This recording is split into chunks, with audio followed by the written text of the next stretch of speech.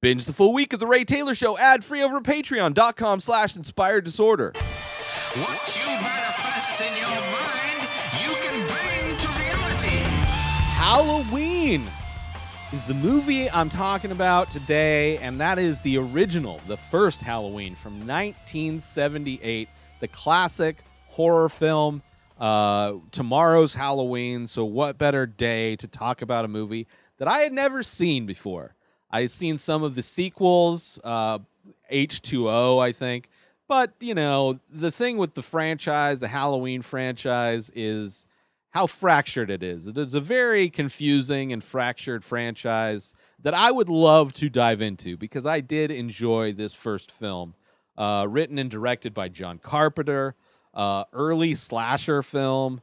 You have Michael Myers, one of the classic horror characters, wearing a modified Captain Kirk mask, just very ominous, referred to as the Shape. Just very scary, ominous, disappearing, reappearing. You know, you get a lot of his first-person views. This movie starts off with a long opening one-shot.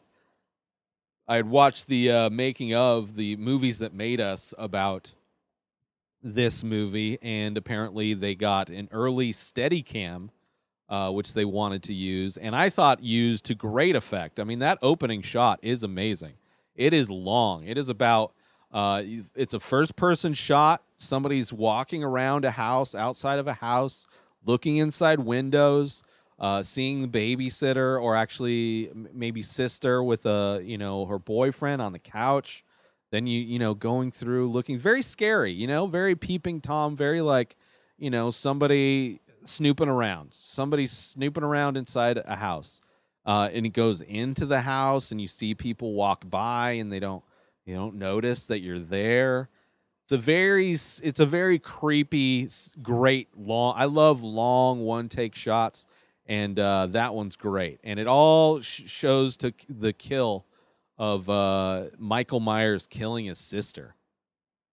And that's how this movie. And then he spends 15 years in an insane asylum before he breaks out and wants to return to his home and start terrorizing babysitters around the town during Halloween, which I mean, great premise, you know, sure.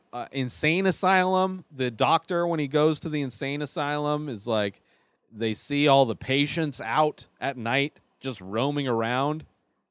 Michael Myers steals the station wagon, which apparently they don't do any searching for.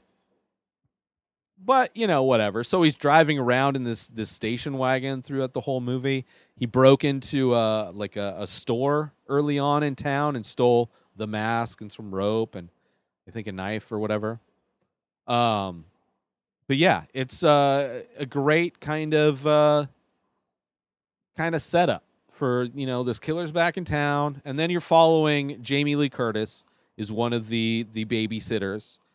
These teenagers who are in high school, and you know they have their side gig of babysitting, which it's weird. Do like babysitters exist? They have to. I mean, I don't have a kid. My friend has a kid. I am the babysitter, I guess. So sometimes. But yeah, teenagers, it's just a wacky thing. But anyway, she's one of the babysitters. Of course, the parents are going out Halloween parties. So these teenagers are going to watch these kids after they do their trick-or-treating or whatever, and they're going to watch horror movies, and they're carve pumpkins. They do a bunch of fun stuff. They're going to hook up with boys. You know, Jamie Lee Curtis, her friend, is just across the street, kind of. They can see. They have an eyesight to each other, the houses that they're watching. And they're, you know, friends come over. Yeah, use the house. Have sex in the house that doesn't belong to me, that these kids' parents, you know. But it's great. It's great. You got great score, obviously. It's funny how many, I've watched a bunch of horror movies this past month, and it's funny how many, just how unoriginal the like rip-offs are. Like people clearly trying to cash in on, you know, Halloween or Friday the 13th or I mean, Halloween specifically, there's a lot of movies. There was a couple other slashers that I watched where it was a very similar kind of a score and like villain soundtrack, villain kind of audio drop. But yeah, it's classic audio for this movie, sound effects and all that. Him randomly appearing and disappearing is very scary. It's like the lighting in some of the scenes where he appears is great. For whatever reason, Jamie Lee Curtis loves to just leave the knife next to Mike every time he comes and attacks her, and she thinks that she's finished him off. She constantly leaves the knife right there. A little frustrating, but I'm sure a criticism many people have had. A little over 4 years ago, I started The Many Faces.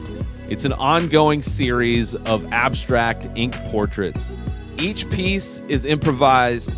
Each piece is released daily. Start collecting now.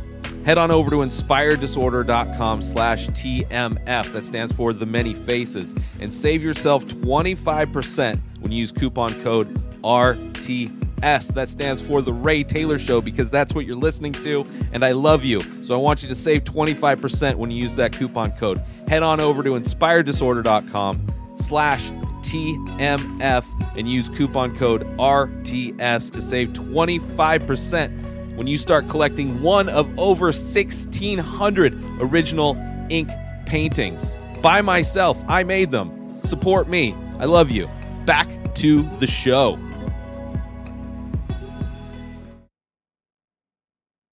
The kind of the him being referred to as the boogeyman by the kids, which is kind of a fun, like an interesting term that is pretty universal, not really used that much. Like when the kids said it, boogeyman, obviously it works, it fits for naming this monster, this scary thing, this ominous, scary thing that you can't really see that's far away, the boogeyman, this threat. But I thought of John Wick, because I think that's probably the most adult thing that's used, the term boogeyman, to describe somebody that should be legitimately scary. In like John Wick being scared of somebody like that has the abilities of John Wick would be the boogeyman. But yeah, Michael Myers, boogeyman, disappears at the end, so clearly sets up for more sequels. I'm excited to see more sequels just to see where the franchise goes. But I'm going to watch them in different orders depending on the connective tissue. Like there's a few websites online that will tell you the different orders to watch. And the Halloween franchise in general is hard to, like, you can't just buy a bundle of all the Halloween movies. They're not all streaming on the same service. Most of them aren't streaming. So it's like you have to, it's a lot of work to be a fan of the Halloween franchise, I think. The Doctor is pretty great. Loomis, for whatever reason, like, has a gun. The police don't care. He's like, I'm going to wait at Michael Myers' house for him to come back. Some of the decisions maybe not as good. But yeah, Halloween. It's it was fun. It's good to watch. The acting was good. Jamie Lee Curtis, apparently the first big thing she was in. She was in a bunch of horror movies. It's actually interesting, horror movies in general. Going back and seeing old ones, how many actors and actresses came from doing a lot of horror movies? Like Margot Kidder, is that the name from Superman? She's been in a bunch of them. Sisters and Black Christmas. Jamie Lee Curtis is in, of course, a bunch of the Halloween movies, but she was in like, what is like Prom Night Massacre or something like that. She's in a few other horror movies. Of course, Fish Called Wanda, which is awesome. But yeah, I don't know what else to say necessarily about Halloween. Kind of a simple, he's got the knife. There's the great scene of, just to show how like superpowery Michael Myers is. Because I don't know where the whole story goes. I was not watching Halloween H2O when I was watching Halloween. I was making out with a girl during Halloween H2O. I was not watching that movie. So I don't know what happens. I don't think I don't have any memory of any of the other Halloween movies. And I'm sure crazy things happen and there's whatever. But his super strength, which you see in other slasher movies where the killer has like this, there's this scene where they grab them and they hold them up into the air. You see their feet come off the ground, and Michael Myers pins the guy to the wall, or the girl to the wall. Was it a guy or a girl? I think it was one of the guys. Pins him to the wall with the knife, and then like admires his good work. Like, that was an interesting scene to show. Like, this kid that started out in the beginning of this movie, this little kid that kills his sister, is like giant. In 15 years, he went. I mean, I guess he's like 21. And just doing all of the steroids in this mental institution. Like, just comes from, like, he's got farmer strength. Just like this crazy strength that is the ability to hold a human body up with one hand and then stab them so hard with a kitchen knife that you're able to pin them to the wall. And yet, some people are able to fight him off at times. Whatever. It's a horror movie. It's a classic horror movie. And it's called Halloween, which what other holiday is better to be watching that movie than on Halloween? Although I wish there was a more cohesive way, an easier way to watch this movie. Like, somebody needs to buy the franchise of Halloween. Like, let's say Netflix.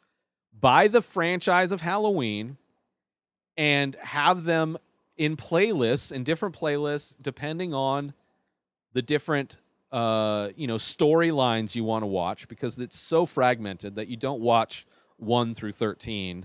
It's like you watch 1, 2, 4, 5, 8, or you watch just the reboot. But like something like Netflix could, if they got all of them together, then when you go, you could like click on like this is this storyline, or this is this version of the Halloween franchise, or this is just the reboots, the Rob Zombie reboots. So yeah, but I'm interested because I'm sure it'd be interesting to see the different directions that these different franchises try to take this character, which is pretty basic. Pretty basic, disappears, pretty elusive. The mask gets better, I guess. I prefer the OG mask. I think is pretty amazing. But yeah, anyway, that's Halloween from 1978.